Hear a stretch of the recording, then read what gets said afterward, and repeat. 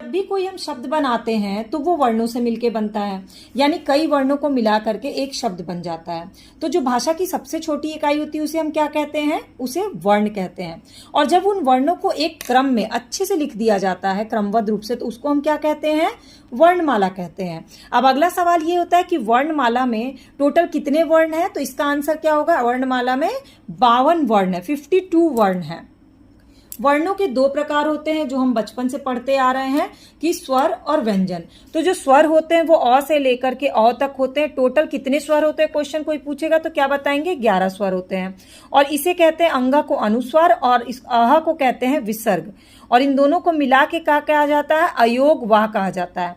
इसके बाद आता है क से लेके अंगा, ट वर्ग, प वर्ग, च वर्ग और त वर्ग। इन पांचों वर्ग को क्या कहा जाता है? तो इन्हें कहा जाता है स्पर्श व्यंजन। तो टोटल स्पर्श व्यंजन कितने हो गए? 25 स्पर्श व्यंजन है। इसके बाद आते हैं 4 अंतःस्थ व्यंजन जो होते हैं य, र, ल और व। 4 ऊष्म व्यंजन जो होते हैं श, श, श और ह।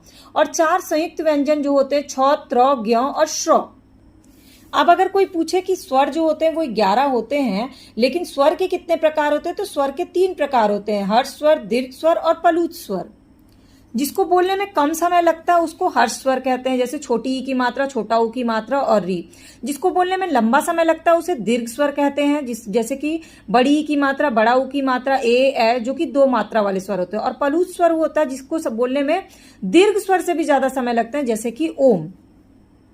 इसके बाद क्वेश्चन ये आता है कि व्यंजन कितने तरह के होते हैं? तो टोटल कितने व्यंजन है वर्णमाला में? टोटल 33 व्यंजन है।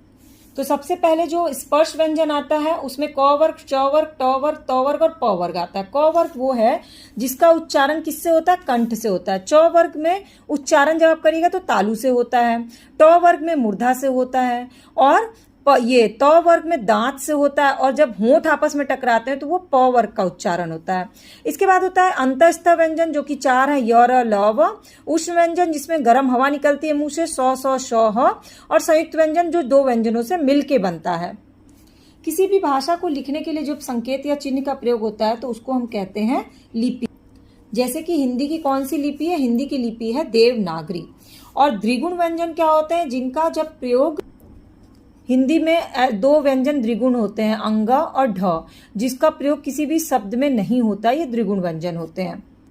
तो अब आप वर्ण के प्रकार और उसके पूरी संख्याएं समझ लिए हैं। लेकिन अगर तब भी आपको ये क्लास समझ ना आई हो तो नीचे इसकी फुल क्लास की लिंक दी हुई है, उस पर क्लिक करके चेक करिएगा, आपको पूरा वर्ण का कंसेप्ट क्लियर हो जाएगा डिटेल क्लास देखने के बाद।